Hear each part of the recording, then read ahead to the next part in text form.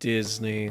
The House of Mouse. The Kingdom of Heaven. Some of you may not be old enough to remember, but Disney used to be really good at making lots of unique and memorable movies. Nowadays, they mostly deal in sequels and cinematic universes, but occasionally, they try something new. Except that doesn't make enough money, so screw it, here's Toy Story 5. What's that? You want Disney to recapture the magic of the good old days? Well, don't worry. Disney found a way to do that without actually having to do anything new. See that? That's magic. Not corporate greed mixed with a bunch of cynical market researched bullshit. So the D23 Expo for 2024 just happened, and Disney announced a whole bunch of sequels, spin-offs, and remakes of beloved franchises. There were a few standouts like Elio or Elio coming from Pixar that seems to be an original idea. There's Monster Jam with Dwayne "The Rock" Johnson based on monster trucks. That sounds terrible. There's a new Pixar TV show called Win or Lose, and yet another new Pixar film called Hoppers. Man, Pixar is really caring when it comes to original ideas over at Disney. But even Pixar isn't immune to the corporate machine that is Disney. Pixar teased Incredibles 3 and Toy Story 5, which granted another Incredibles movie that does a time jump or something could be neat and interesting. I didn't love the second film, but there's still places to go with that franchise. And as for Toy Story, yeah, we don't need any more Toy Story. The pitch for this new movie sounds like one of those canceled direct-to-video sequels from the early 2000s. But what about everything else? Moana sequel, Snow White live-action reboot with analog horror dwarves, Lilo and Stitch live-action reboot, Frozen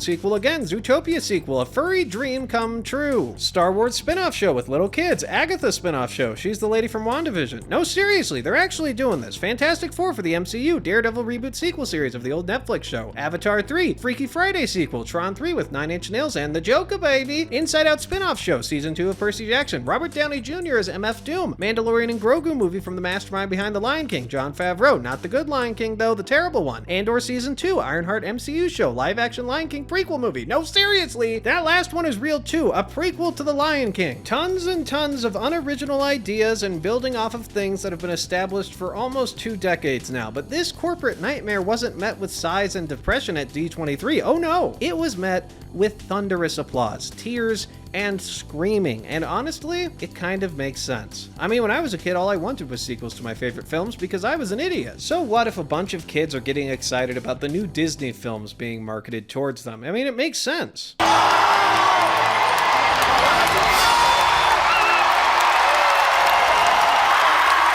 We are emailing you all a Fandango movie ticket to see Mufasa the Lion King.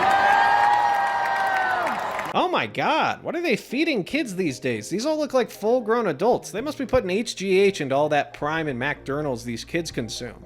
Oh, wait a second. Oh, Jesus Christ, these are adults. Why do adults care so much? Can't they see they're being pandered to? Can't they see this is all just a bunch of cynical corporate slop? Well, yes. But just as God created lovers of nature in silence, he also created a bunch of stunted corporate zombies that can dodge all criticism by saying, "Well, I just kinda like it. It reminds me of when I was a kid." Now, I've got no problem with people being fans of things. We all have franchises, movies, TV shows, comic books, regular books, podcasts, and YouTubers that we're fans of, and if you don't, that's fine too. Maybe you just like chopping down trees in the woods and drinking Pabst Blue Ribbon. Who cares? I've got no problem with adults that are fans of Disney films. What I do have a problem with is when people substitute a personality with a corporate brand. And people like that are, of course, Disney adults. These escaped SCP entries are slaves to the mouse, and they build their entire lives around consuming Disney products. From movies and TV shows to merchandising to theme parks to the decor of their homes and the clothes on their bodies. Disney adults are walking, talking billboards for their god Disney, and they defend their god like fucking crusaders. They consume the scripture of Disney through the many TV shows and movies that are released. They spread the good word of Disney on TikTok, and they make constant pilgrimages out to their house of worship, Disney World. It's honestly really unsettling. It gives me the same feeling I get whenever I see a brainwashed cult member. Disney adults use Disney World and the many products of Disney as an escape from the realities of the world, and I'm sure we can all relate to that on some level. Who hasn't escaped their problems with a good book or movie or video game? I got over the murder of my family with the Ice Age franchise. I totally get it. But when you take it to the point where you become a part of the world you're escaping to permanently, you gotta stop and ask, are there some bigger issues at play here? Am I handling my life in a healthy way? Does the Mickey Mouse suit have a butthole I can cram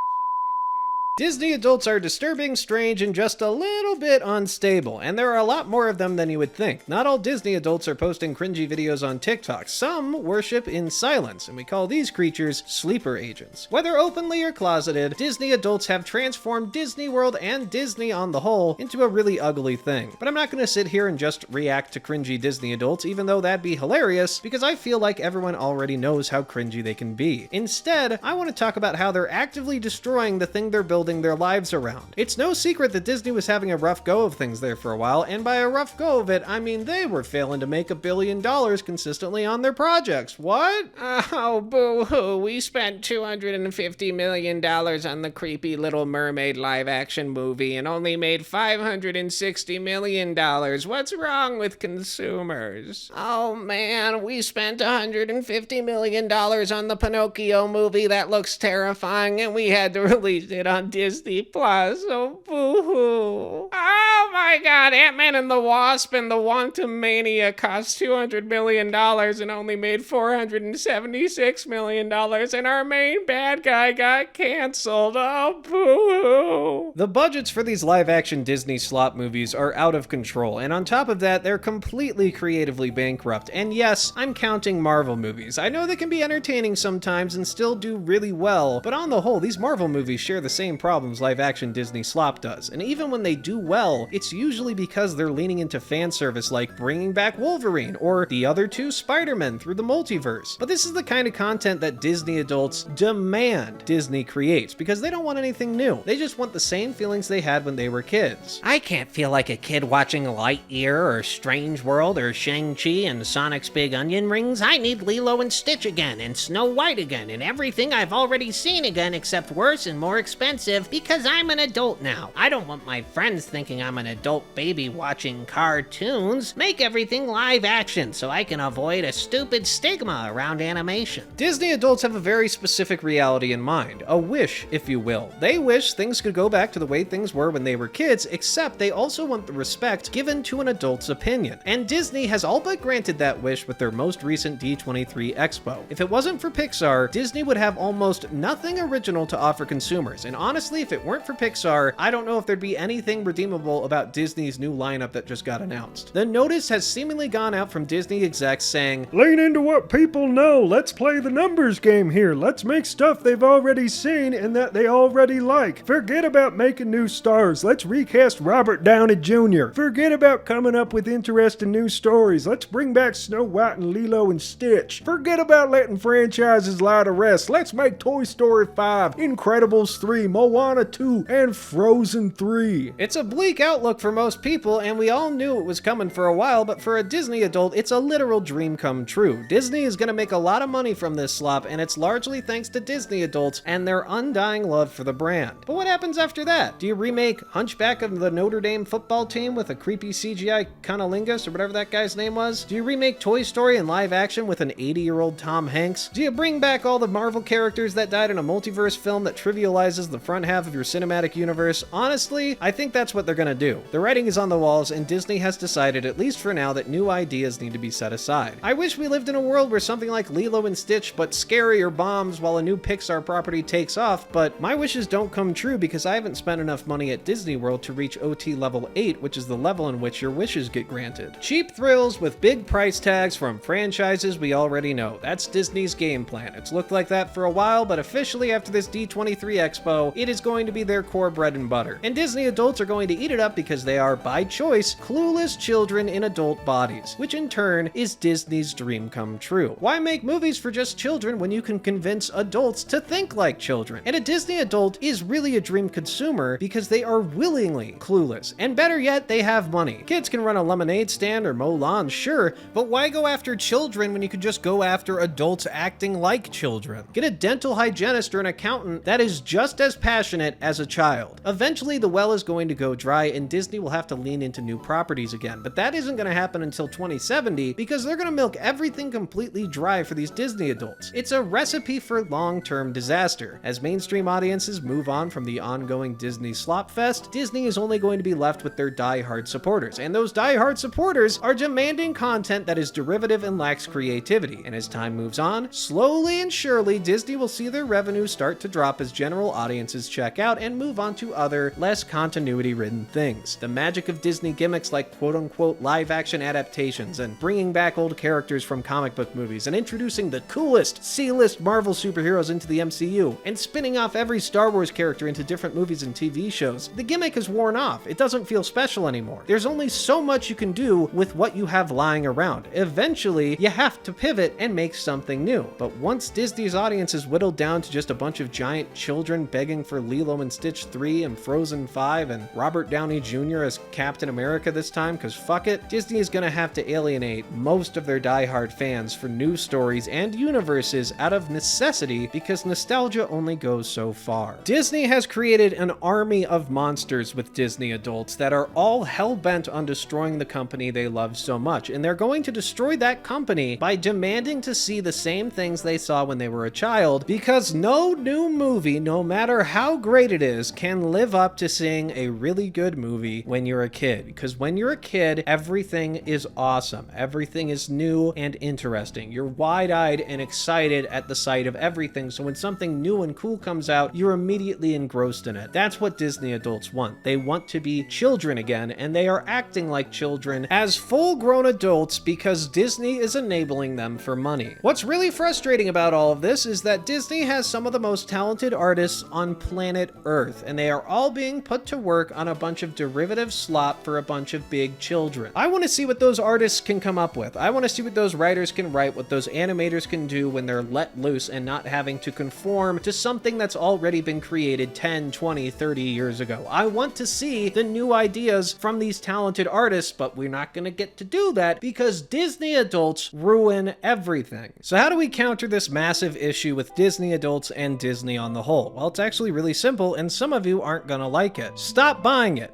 Stop watching it. Don't subscribe to Disney Plus. Don't go see the new Snow White movie because I heard it's so bad it's good. It's really creepy. I want to see how bad it is. Don't do that. They only care if you're showing up. They don't care if you like the movie. They don't care if you're doing it ironically. They care if you're there. If we can learn one thing from that situation with Velma, it's that actions have consequences. Watching a TV show in its entirety to see how bad it is still watching a TV show in its entirety. And when these companies look at the spreadsheet and they have AI analyze it and they fire all their employees and they say, hey, everyone's checking out this Velma show. That one gets a season 2. That's a sign that you should just stop watching it, all right? I get hate watching's fun. I get watching a train wreck is a great time, all right? I love bad movies. I love things that are made genuinely and turn out terribly because the person making it is a genuine idiot. That stuff can be so much fun, all right? I totally get it. But if you actually want Disney to change and make good stuff, you gotta stop buying it, all right? You gotta stop showing up. You have to ask yourself, if I spend $15 on seeing Snow White and I hate it, is Disney going to care that I hated it, or are they just going to notice I spent $15 on it? The fact is, they're only going to notice the $15. Your opinion does not matter to them, your money does. So stop